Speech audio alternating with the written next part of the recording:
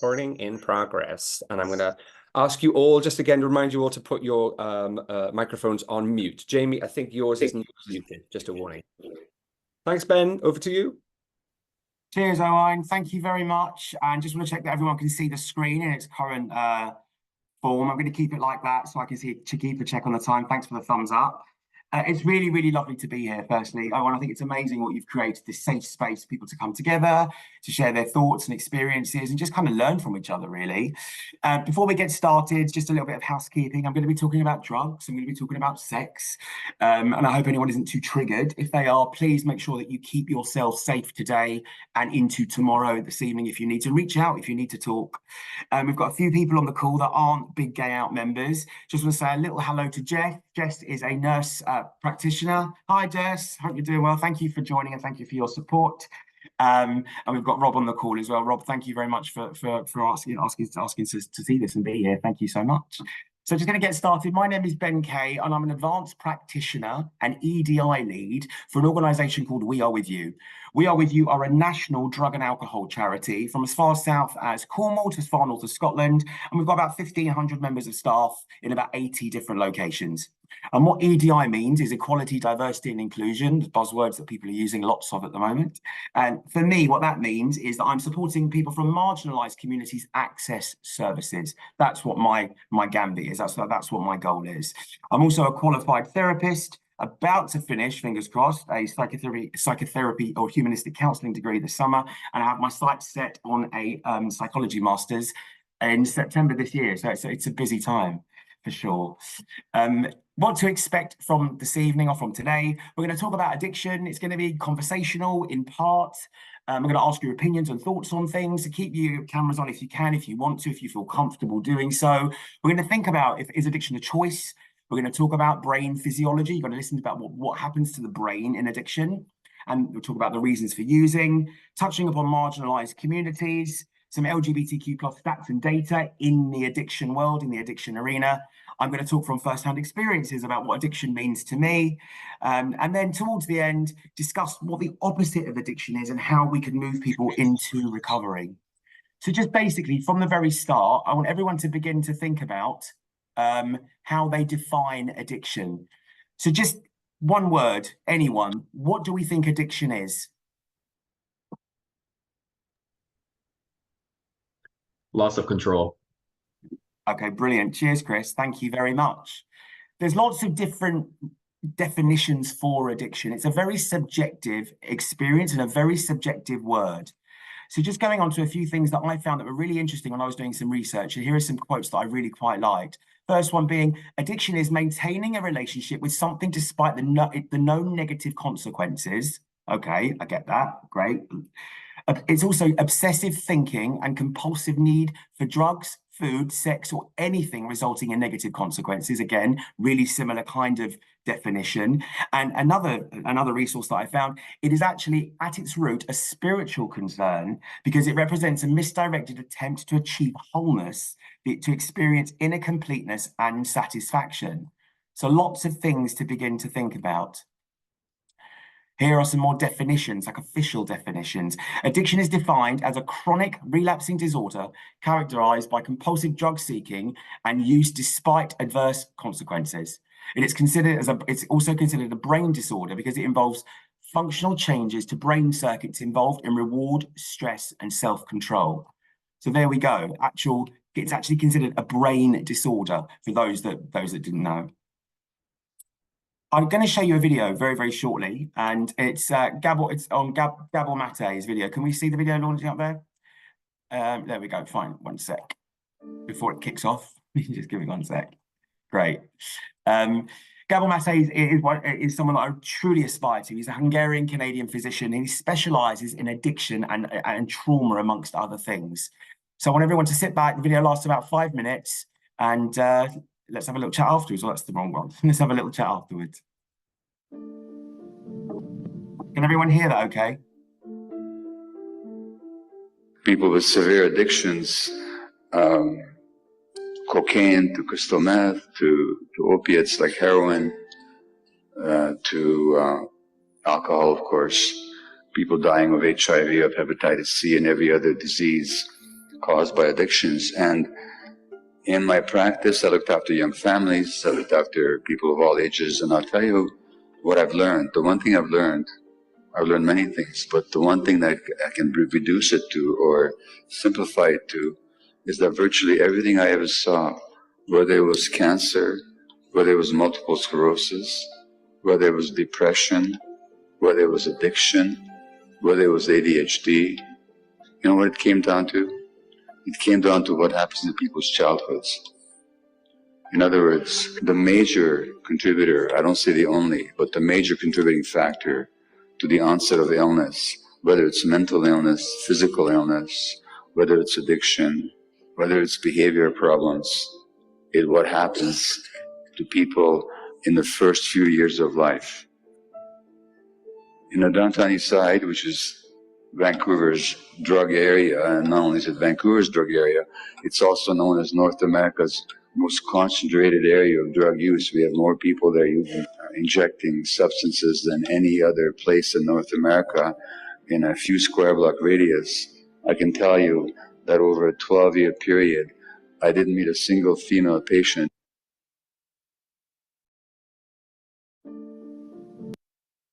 It came down to what happens in people's childhoods. In other words, the major contributor, I don't say the only, but the major contributing factor to the onset of illness, whether it's mental illness, physical illness, whether it's addiction, whether it's behavior problems, is what happens to people in the first few years of life. In the downtown east side, which is Vancouver's drug area, and not only is it Vancouver's drug area, it's also known as North America's most concentrated area of drug use. We have more people there injecting substances than any other place in North America in a few square block radius. I can tell you that over a 12-year period, I didn't meet a single female patient who had not been sexually abused as a child, not a single male patient who had not been either physically abused or sexually abused or neglected or abandoned in significant ways. And in North America, we like to think of addiction as either a choice that people make, and if they make that choice, then we punish them for it, so we build jails where we keep people using drugs. Or we see it as a brain disease that's genetically inherited. So if we look at the sad fact that in Canada, 30% of the people in our jails are First Nations origin, where they only make up 4 to 5% of the population. We explain that by saying that these poor people genetically are susceptible to addiction. So it's either we make it into a disease or we make it into a choice. Neither is true. It's not a choice. Nobody ever chooses to be an addict, nor is it something that's inherited. We know, for example, that even people that do inherit some genes that are predisposed to addictions, if they're brought up in proper environments, they have no more risk of addiction than anybody else. So it's not ever the genes that cause the addictions, and nobody ever chooses the addiction. What actually happens is when people are traumatized, that increases their risk of addiction. And if you want to know why the First Nations population in this country is number one, let's just define an addiction. An addiction is any behavior, substance related or not, that an individual pursues because they find pleasure, relief, or they crave it temporarily, so they pursue it for the pleasure and the relief despite negative consequences, and they don't give it up in the face of negative consequences. I said any behavior, so that could be sex, gambling, eating, shopping, work, relationships, or substances. And if you ask yourself, by that definition, have you ever had an addictive pattern in your life? If you're like most of the people I speak with, if I ask that question, many of you would put your hand up. By that definition, if you've ever had an addictive behavior. And then if you ask yourself, but what did that behavior give me? What did I like about it? Well, you'll tell yourself it relieves stress. So when I'm very stressed, I go home and I eat a lot. Or I do drugs. Or I go shopping and I spend a lot of money I can't afford to spend. So the addiction serves a purpose. It temporarily relieves stress. or it gives you pleasure that otherwise is not available to you. What I'm saying to you is that the addiction is never the primary problem. The addiction is always an attempt on the individual's part to solve a problem. The problem is, why am I having so much emotional pain? And how come I don't know how to deal with emotional pain? Why is there so much stress in my life? And how is it that I can't regulate my stresses without an addictive expression? Why am I lacking pleasure? If you're feeling shy and isolated and it takes a few drinks to loosen your tongue, what happened to you that you feel so scared of people? In other words, the addiction is not the problem. The addiction is actually an attempt at a solution.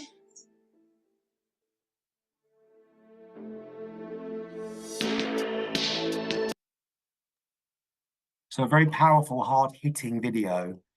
A few thoughts on that, please. Anyone want to take their microphone, come off mute and just share their thoughts, first words that come into their mind when they see that video?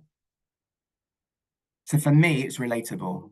Talking about trauma and understanding why people use could be because of trauma. And I'm really kind of affiliated to the way that Gabor Mate works and the way that he thinks. I think he's an incredible physician. Do some research on him if you don't know anything else about him. He's a fantastic person and everything that he does. So yeah, Ben, I was going to say trauma was the thing that came up for me. That is something that I would like to know some more on. Yeah, of course. Definitely. Cheers, Rob. We're not going to dig too much into trauma today. It's just about addiction, but we can find time to chat. But thank you for sharing that as well. So he's identified that trauma is one of the major triggers for addiction.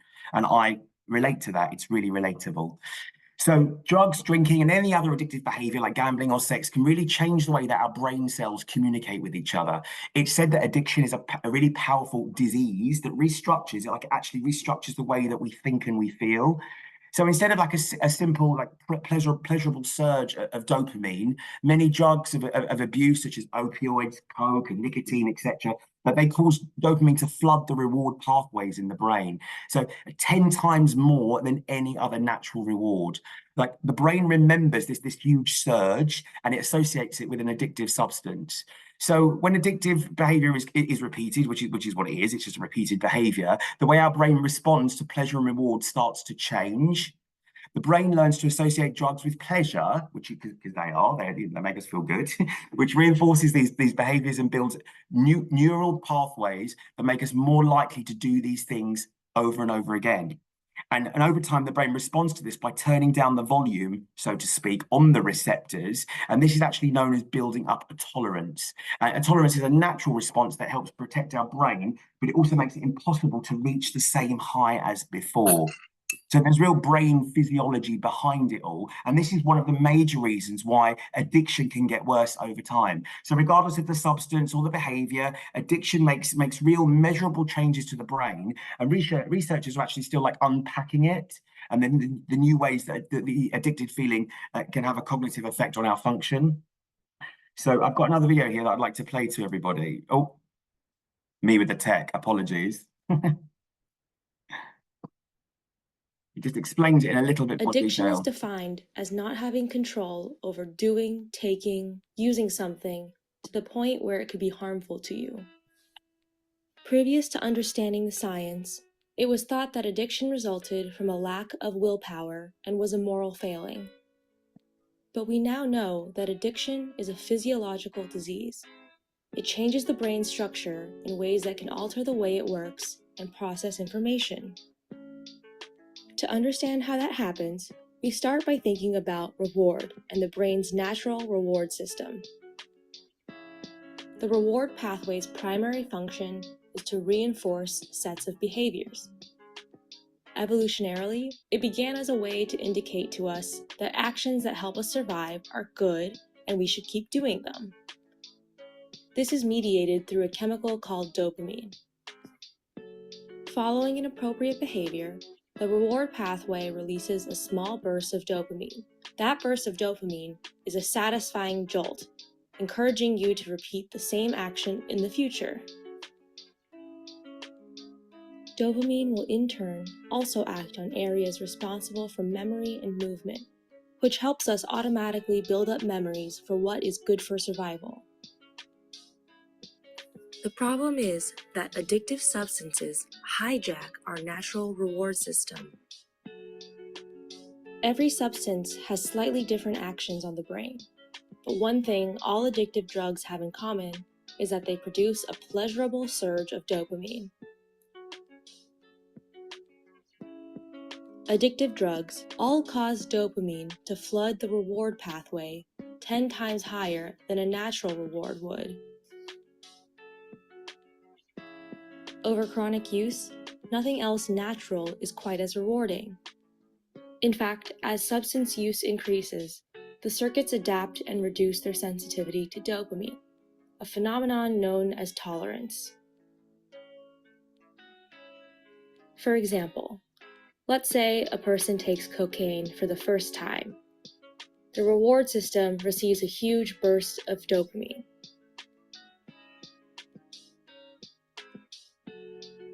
But as the person takes more frequently, cocaine will be overstimulating the brain with dopamine. This will cause the brain to adapt to these chronically high levels of dopamine.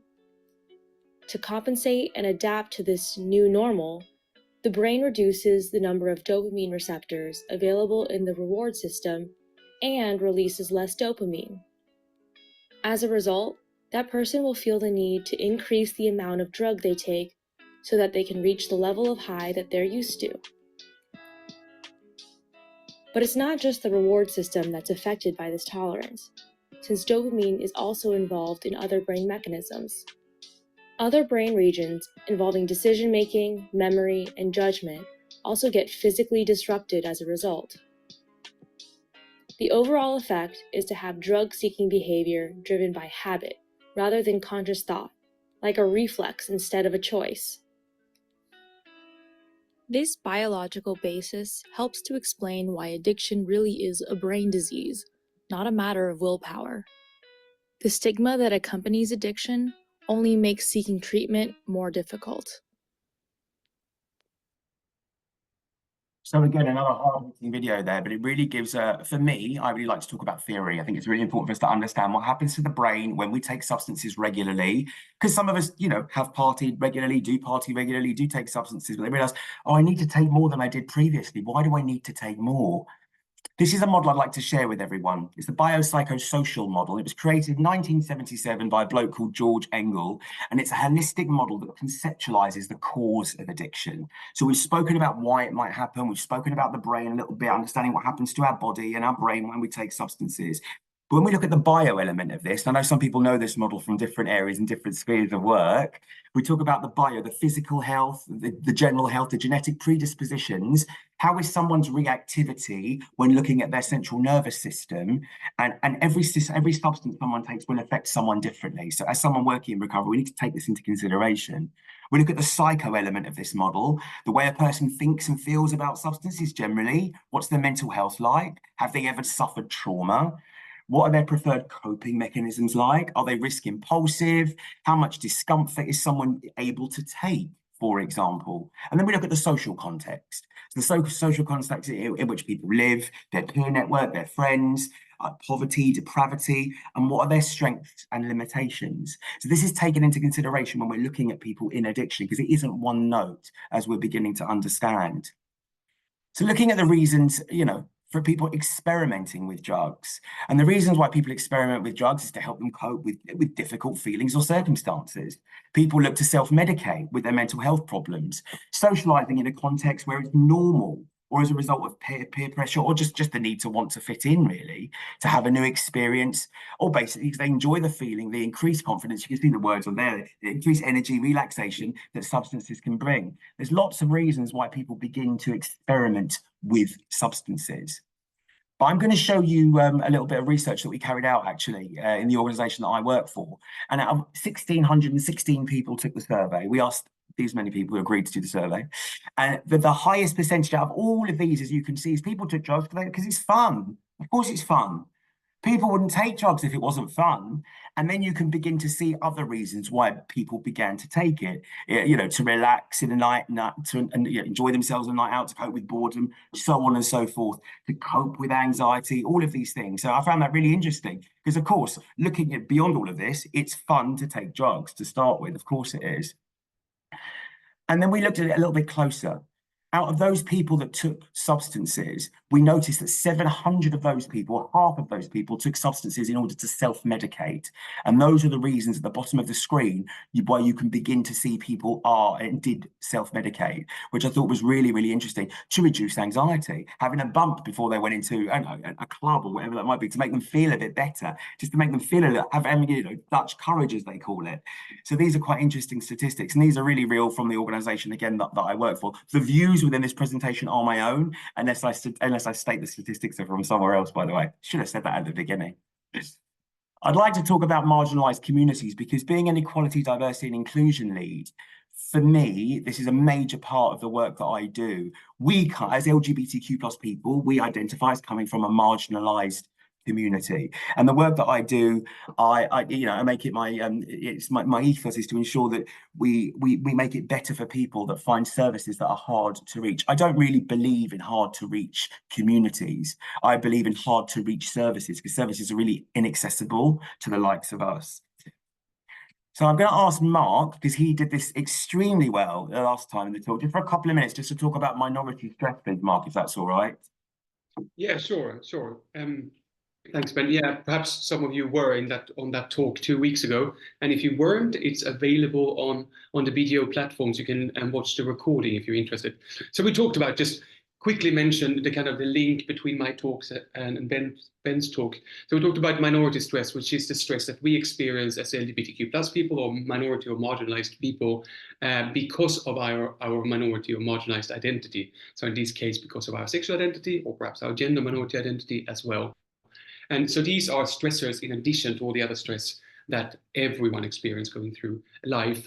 And we talked about the mental health disparities that exist between the general population and the LGBTQ+ community, and they are caused by this minority stress that causes anxiety, depression, stress, and all these kind of common mental health problems. And as we've just learned in this talk, having mental health problems, using drugs and in an addictive manner can often be a way of self-medicating, perhaps against, for example, common mental health problems, or to relax, or to, one of the minority stress factors that we talked about was expectation of rejection. So expecting that people will think less of you because of your sexual identity, because of you being gay. So perhaps then, to build confidence, you would take drugs, and when you're in social environments such as clubs or other social gatherings, and in some cases even at work and so forth. So the link between minority stress, mental health problems, and then leading to addictive behaviors is quite strong. Something I talked a bit about last time and touched again now. If you're more interested, listen to the recording or watch the recording of my talks 2 weeks ago. Done. Cheers, Mark. Thank you very much. I think it was really great to bring you back into this, because it was so commonly linked to the talk that we did a couple of weeks ago. It's really, it was a great way to follow on from that.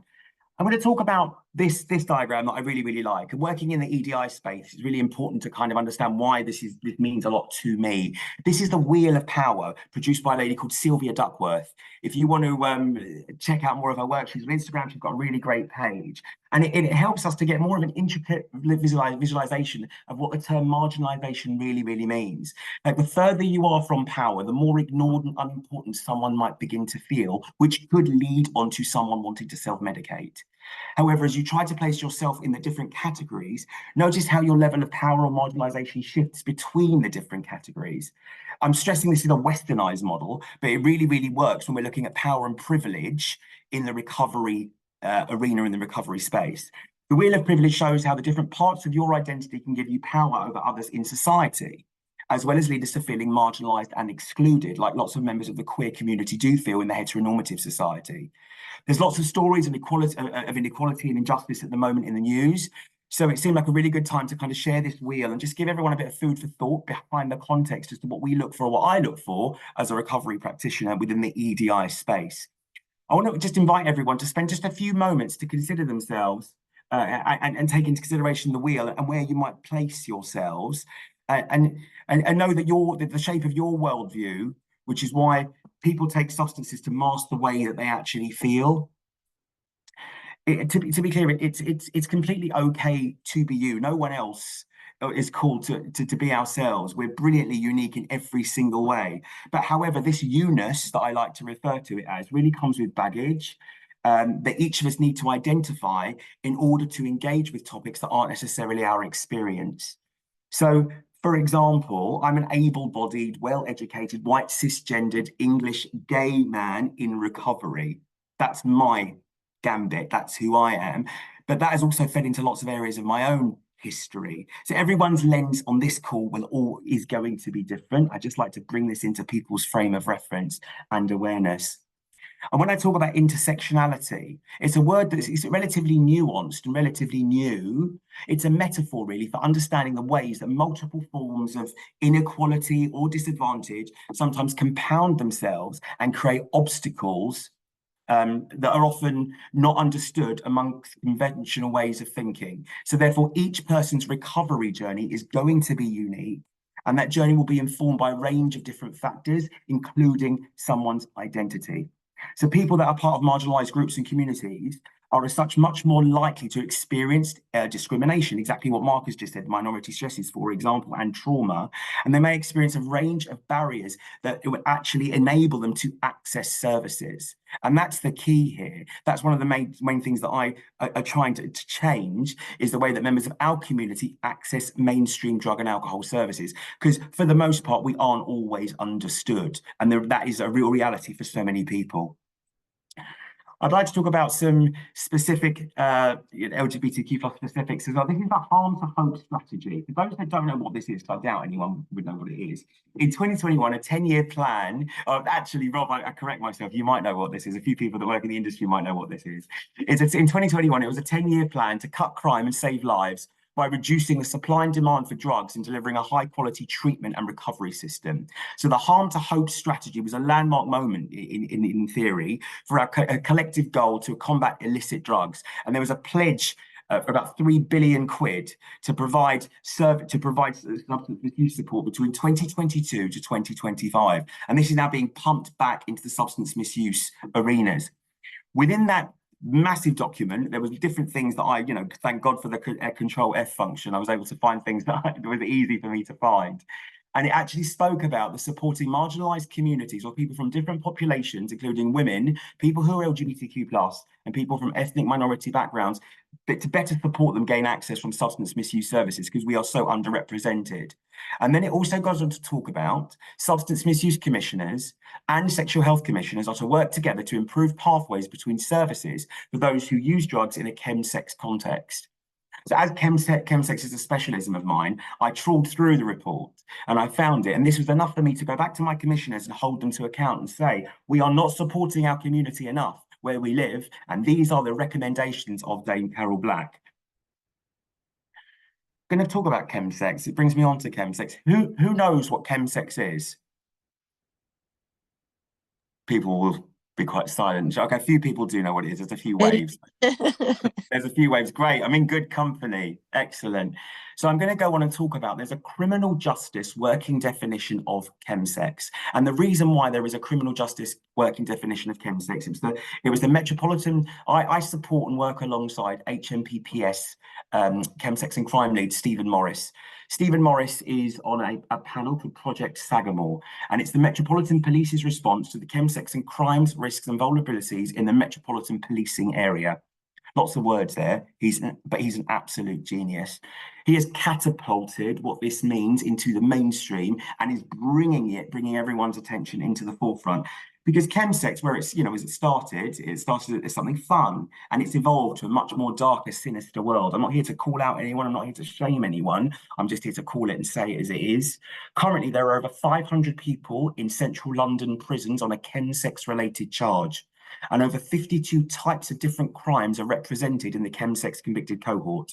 That's over 52 types of crimes, with violent crime being the largest percentage, followed by acquisitive crime, harassment, stalking, then sexual crimes against adults and children, and then indecent images of children. So it isn't just what people think. And on the definition, as you can see, is a lot of words on the screen, and it just talks about the substances in explicitness: crystal methamphetamine, methadone, GHB, and GBL in a sexual context, with the aim of sustaining, enhancing, disinhibiting, and therefore facilitating sexual experience. It's words that are easily digestible to professionals. They can get their head around this. And then he goes on to talk about geosocial networking apps in which other users with shared interests can easily connect.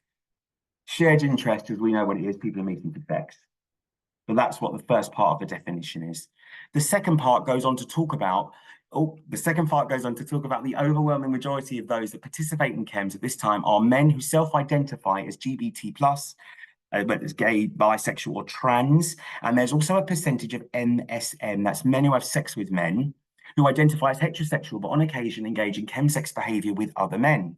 This cohort can include male sex workers, men in prisons, men who choose not to identify, and men who experience conflicted sexuality.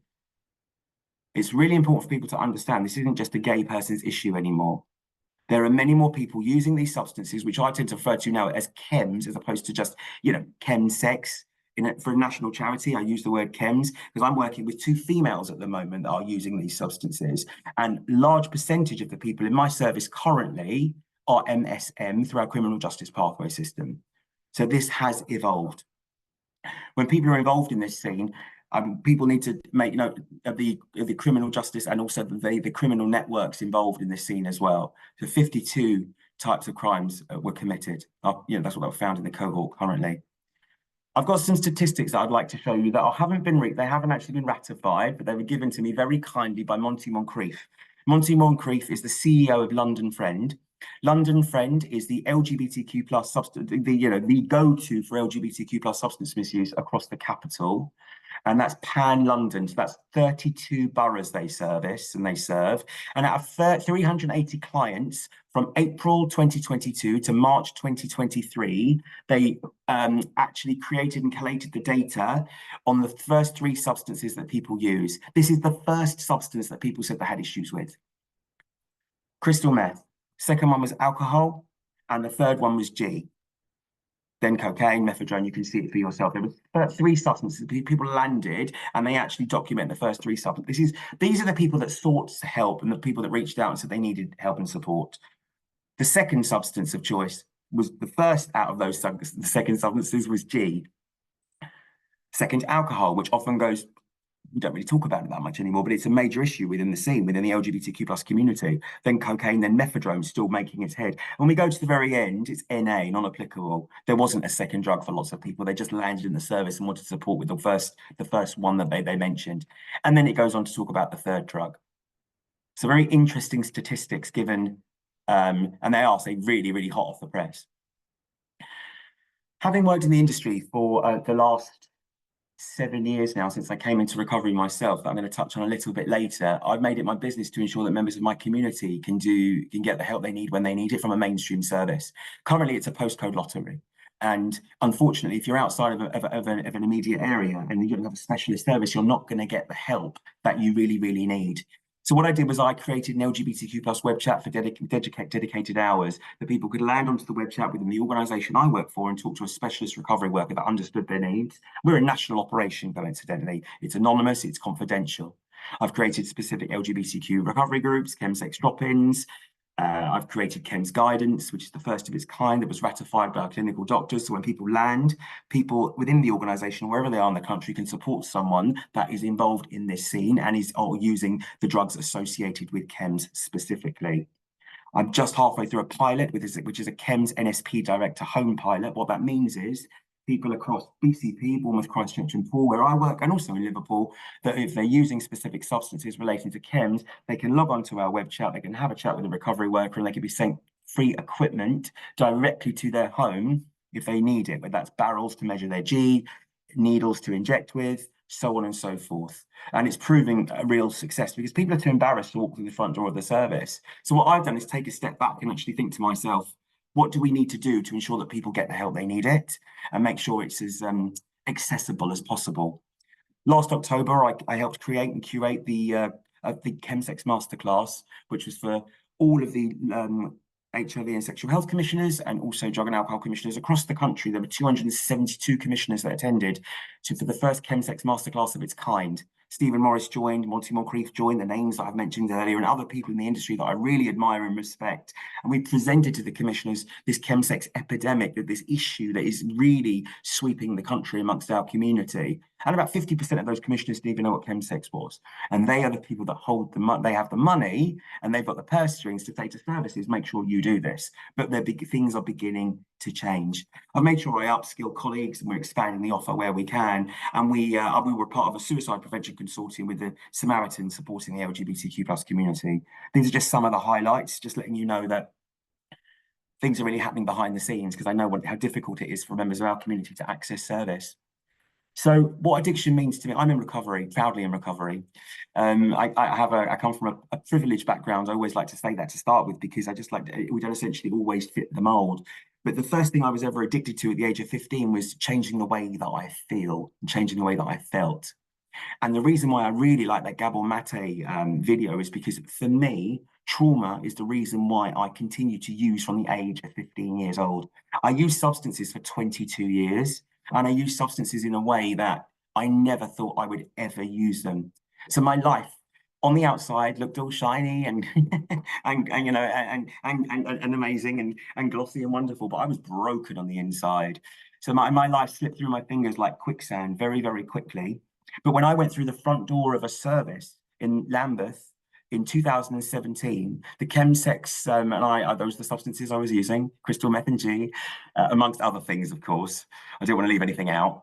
When I went through the front door of a service in Lambeth in 2017, I literally crawled through the front door. The first 4 of people had to be seen in the morning at that time. And I missed that every time. The first one pushed out the way, and it was in Lambeth, and I didn't want to sit next to a crackhead. I didn't want to sit next to a heroin user. That was my mentality at the time. I finally landed, and the chemsex person who leads the chemsex work was on paternity leave. So I had to educate everyone as to what chems was throughout the whole of my journey, from entering in the front door of the service right the way through as when I got to treatment. So I started speaking to a service in 2016, and I went to rehab in 2017, August 2017, which is the best thing that ever happened to me. And ever since then, one of my main drivers has always been to ensure that no one feels the way that I feel when I had to access services. And I'm able to, for the amazing people that have gone before me and created this legacy around substance misuse, I'm able to work with some amazing people in the industry. And as I strive academically to continue to do it, that is my main driver. And the reason why I share my stories is because it's not taboo to say that we are addicted. It's not taboo to say that I don't like the way that I feel. And it's definitely not taboo, to say that I needed support and I really needed help. So what do we think the opposite of addiction is? Anyone? People that haven't seen the slides before? Honest connection. Oh, Rob, spot on. Thank you very much. And it's Rob Fletcher. Rob's the operations manager of Turning Point, aren't you, Rob? SASH, the sexual health side now. Sexual health side. Thank you. Thanks for joining us today. So thanks, Rob. Yes. So the opposite of addiction is not sobriety, what people think it is. It's actually human connection. So when people are pulled into addiction, they will begin to isolate. I did. I was my own best friend for ages. People just, at home doing my own thing, running around South London, causing vast amounts of mischief. But all I really, really craved in all of that was human connection and support. And it was very difficult for me to kind of tangibly touch that because I didn't know where to go and I didn't know who to talk to. And it was still very much, oh, look at that person. He doesn't know what he's doing. And I know other people on this call were around at that time. And I think luckily to say there's people working in services that, understand it is getting better, but it's very, very difficult for people to reach out. They don't know where to go. But people really do recover. I'm living proof of this, and there's many other people that do recover, and it's an amazing journey when people start it. But how do people recover? What do they need to do? But it's worth thinking that people do recover from drug and alcohol problems. An individual ongoing process is not a single event. There may be many different pathways to recovery, pathways that can build on a person's aspirations and hopes for the future, and look at all aspects of their life, because it isn't, it does take time. I've been out of London for the last 7 years, and it's a daily reprieve. It's one day at a time, but it all happens. It happens all the time. People do get better, and the neurological pathways do repair. I was working with a really amazing treatment centre down in Bournemouth, which is where I live, and the CEO of the treatment centre, her thesis, she opened 3 treatment centres. She's now got a PhD, and her thesis is called Better Than Well. And people that are in recovery, her statistics and research have proven that people that are now in recovery are thriving more so than the people that didn't need to go through that process. And that is it's an amazing paper, and it really resonates with me because this is my second chance of life, and I'm grabbing it with both hands. And I know many other people that are solid in their recovery, and even early in want the same for themselves. But navigating it for yourselves and for anyone else can take a lot of patience for all concerned. People don't know where to go, they don't know what to do, and they don't know who to turn to. And sometimes friends don't understand, but there are places to go to. I'll signpost a little bit later. But there's lots of books out there when it comes to addiction. I say Gabor Mate has written a few books, so on and so forth. But remember, it's progress, not perfection. People that are using too much, the way that I advocate that when people want to try and stop, Rob's smiling, try taking a little bit less to start with. Don't go, I'm going to chuck it all away, I'm never going to use it again. Be realistic with yourselves. Because going from 100 to 0 is really, really hard. Trust me, I know. I needed to go inside somewhere. I needed to be taken out of society in order to get that. But lots of people do it in the rooms, in fellowship meetings, and by the support of other addicts. It's really important to understand the holistic approach as well. People's needs and relationships with drugs and alcohol cannot be removed from their individual experiences and identities, which is why I've brought in the elements of marginalisation, intersectionality, and the way that we, identify as a community. A truly holistic approach means taking active steps by creating spaces where systemic inequalities are discussed rather than avoided, and this in turn can really help to reduce the compounding stigma that many people from marginalised groups experience. So it really is understanding a holistic approach to recovery. It's not just one note. It's not just about putting down the drugs. It's not just about going to a recovery meeting. It's not just thinking I've had a 1 weekend off, let's get on it again, let's go and do twice as much. There could be real underlying issues, and all of these things I would really suggest need to be taken into consideration when people are thinking about what's going on for them. So it really is okay not to be okay. And as I'm coming towards the end of this talk, there's a couple of quotes really. But before I get to there, anyone that's looking for support, check online, because there is some really great advice and support. If you're in London, London Friend and Antidote is an amazing support. Each of the boroughs will have a substance misuse service that will be able to support you or friends or anyone else. I've mentioned We Are With You, which is the organisation I work for. It's a web chat facility. You can drop in, you can ask questions relating to drugs, alcohol for yourself or for anyone else. And there's other agencies and organisations that offer that service too. It's much more widely accepted than it ever was. But however, it's still very, very difficult for people to reach out and ask for support because they don't want to walk through the front door of a service. Luckily now, you don't always need to. There are fellowship meetings, but that doesn't always work for everybody. So it's really thinking what works. If you've got that one friend or one person you want to reach out to, they have to do it themselves. It has to come from them. No person will get sober for a person, place, or thing ever. I didn't. I did it for me. I had to do it for me. And everyone, and that's many people's stories. London is also a very special place where there's brilliant recovery, but there's risks everywhere at the same time. So navigating your way in that landscape is quite difficult. So is Brighton, coincidentally, any major city. I've moved to Bournemouth. It's great. There's one gay bar, it's a drag bar. I love it, and nothing happens. But there's a chemsex video out there that was filmed by. It was a chemsex video, which is, and it actually shows Bournemouth, and the scene here is actually really, really high. And the work that I've done across BCP, I've trebled the numbers in people's using crystal meth and G that are coming through the front door of my service. We've literally gone 367% increase, which I just nearly fell off my chair when the data team pulled that back. And I said, can you just pull those numbers again, please? So from April to November in 2022, we were 25 people through the service that were using crystal and G. And last year, the same year, from April through to November, we've had 75 people. And all I've done is access the community in spaces where they need to be accessed and speak the same language. Because when we access a service, we want people to speak our same language, which is why, again, I've spoken about the marginalisation, the intersectionality, and all of those things which can make up the reasons why we're addicted, compounded by possible trauma, minority stress, gay shame, internalised homophobia, and feeling less than anyone else. So just as this is the baby cuckoo, this is a lovely quote I found. Just as the baby cuckoo crowds out everything else in the nest, so an addiction crowds out what is so much better and balanced in a life that is working properly. The addiction creates a vacuum and then it fills it. That's exactly what it does. It sucks the life out of everything. And also remember that if someone is at rock bottom, they really do not need to stay there, because I didn't, and other people don't need to either.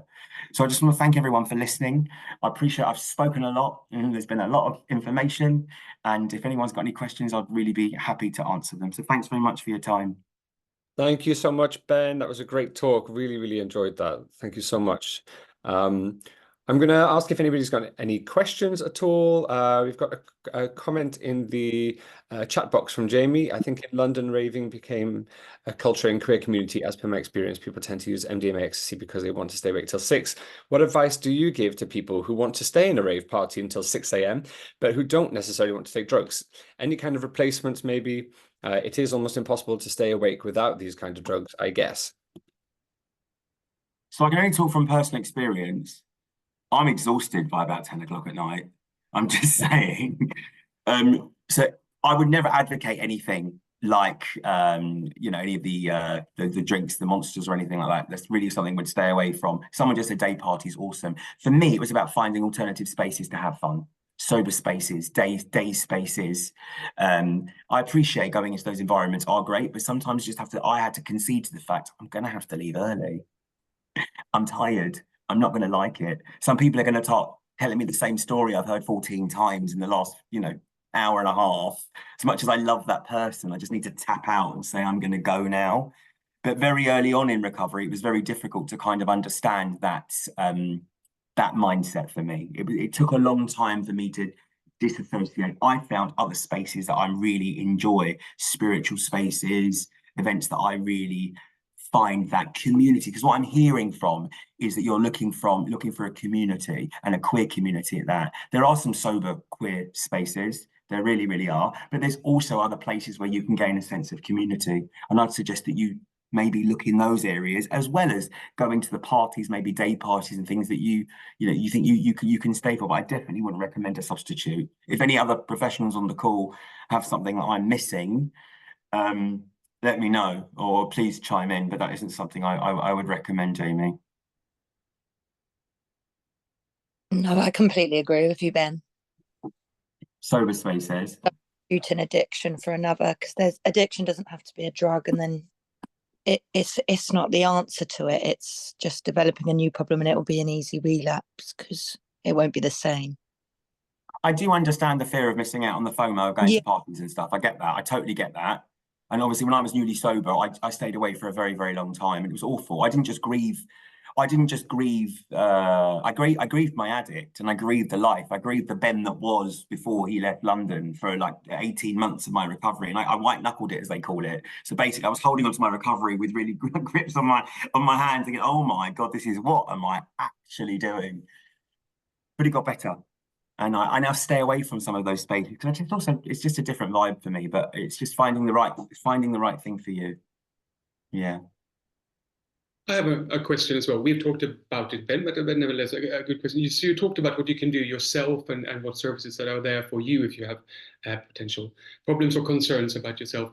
And you've also talked about that you can't help others; they need to help themselves. But what can you do? What practical advice would you give if you are someone who had concerns about a friend of yours and you want to be supportive and being there for them if you think that they might be in an addiction problem? It's a really good question, Mark. Thank you. So for me, it's about being there for a friend. And I'll always coincidentally have time for anyone that reaches out to me on any of my platforms, whether it's, you know, social media or so I'm a number, always available to talk. For me, it's about a really person-centered approach. It's understanding what that person needs and what the person really wants and what they feel they need to get them to where they need to get to. Because it's all well and good. We can say, oh, I think you've got an issue, you need to deal with it, because people are in denial for so long. It's going to take so much. It takes a long time for people to get to a place when they feel they can actually vocalize it. But just by giving people the information and letting them do what they want with it. So web chat facility, I think, is great. And I plugged that previously. I'm going to plug it again. It's an amazing facility where you can log on and you, as a loved one or a carer, you can just ask for advice and support. And the person who's using can also ask for advice and support anonymously and confidentially. So it's really about being there and listening and understanding what's going on for that person. From experience, again, and the people that I work with, there's always underlying issues as to why people are self-medicated to that extent. That's why, you know, if you're able to have those conversations deep and meaningfully, then maybe it might, you know, be something else. And also, if someone is using, I would maybe encourage, let's do something sober this weekend. Thank you, Peter. Let's do something sober this weekend. Let's do something without drugs. If you use with that friend, they're always going to want to use with you at the same time. Let's go to the cinema. Let's go for coffee. Let's go for lunch. Let's do something different, maybe. Makes sense. Thank you, Ben. There's a question in the chat that's come from someone. Knowing you have a problem with substances, you shame yourself, and when you know you've taken it too far. So how do you deal with the shame of other people saying or thinking and labeling you as a mess, which leads to more self-shame, if that makes sense? It really, really does make sense. And it's a very difficult question. When you're in that headspace and you've been using and other people are using probably with you at the same time, I presume, and everyone's very quick to point the finger at someone else who's maybe taken a little bit too much than you have, and they've, you know, you've passed out before they have, but they've taken just as much. But you're the one that passed out. Let's point at that person and call him a mess. That's this toxicness, the toxicity within our scene. Actually, it isn't always a nice, friendly space, and it's good to talk about that. But what leads to more self-shame is maybe thinking, is it time for me to make some changes? Perhaps. Do I need to step back? Perhaps. I mean, I can't talk. If someone is feeling the shame themselves, maybe it's time for them just to take a little break. There are places out there people can go and get support. Someone's written Controlling Chemsex in there. Reach out to other like-minded people. If people are taking other substances, there are brilliant fellowship meetings. Again, I'm not pushing fellowship, but it's a great place for people to go and meet people that are looking to recover and looking to have more of a sober existence. So it's about maybe taking ownership of that shame and saying, do you know what? Maybe I was a mess. Maybe I did take too much. And let's just own that and explore that. Maybe get some therapeutic support. Maybe look at ways in which you can reach out and, and speak to other people. I hope that helps. Thank you, Ben. We've also got some more links in the chat. And further up, whilst you were talking, I posted your website again, and also We Are With You and London Friend. I think Chris has got a question. Chris? Yeah, just maybe a question / comment. I've had a family member that's dealt with addiction, and when you posted the phrase that said the opposite of addiction is human connection, that hit with me, because having a family member that's an addict can be quite draining, and I've seen myself where I withdraw from social interactions and human connection while dealing with a family member that has addiction. So one point I just wanted to make was to also not just, you always hear about the addict, but also there's family members and friends that are involved as well too, that can really need support during these types of things. So just keep those people in mind as well, not just the addicts, but the family members. Always. And there's also services. There are drug and alcohol services that can support family members as well, which are really, really great. And I've just seen someone's posted something as well here. Dickie, thank you, Dickie. That's really awesome. And also the likes. Yeah, thanks. I've worked with Family On quite a lot. I used to work in addiction services in Chelsea. And Family On is a great service that works with families and friends in whatever context you provide. That is, when you're affected by someone else's use of substances. And it's still that peer support. So it reduces that, from a personal experience, that loneliness or that guilt of, did I do enough in that? But it's in that peer support environment. So actually, it's not someone telling you from a book or from a lecture. No offense, Ben. But it's about someone who's experienced that as well and providing that peer support, which is from my experience, one of the strongest support structures that you can get. Brilliant. Cheers, Dickie. I think it's really valuable talking about this stuff. It's really valuable talking about addiction, how it affects us, and it isn't a taboo, which is why it's a real privilege to have been able to talk this evening. So, you know, Owain's mentioned my website. It's benktherapy.com. I'm available at justbenk on Instagram, and I'm also on Twitter at BenjiK1980. You can find me all over on socials. If anyone wants to reach out for any conversations at all, completely confidential in any capacity, I'm always here. Thank you so much, Ben. It's now 8:30. I'm trying to keep these to 1 hour so that they don't get a reputation of running over and people don't want to join. And thank you so much, everyone, for participating, for asking your questions as well and interacting. And yeah, thanks for being here this night. And big round of applause for Ben. I'm going to do a loud clap. That was wonderful. Thanks for those that joined as well, Jess and Rob.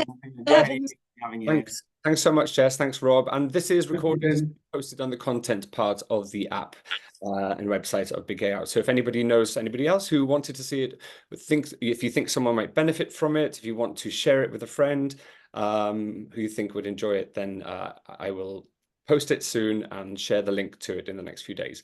Thank you all for coming, and see you all very soon. Guys, thank you. Cheers. Thank you. Everyone. Bye. Bye-bye.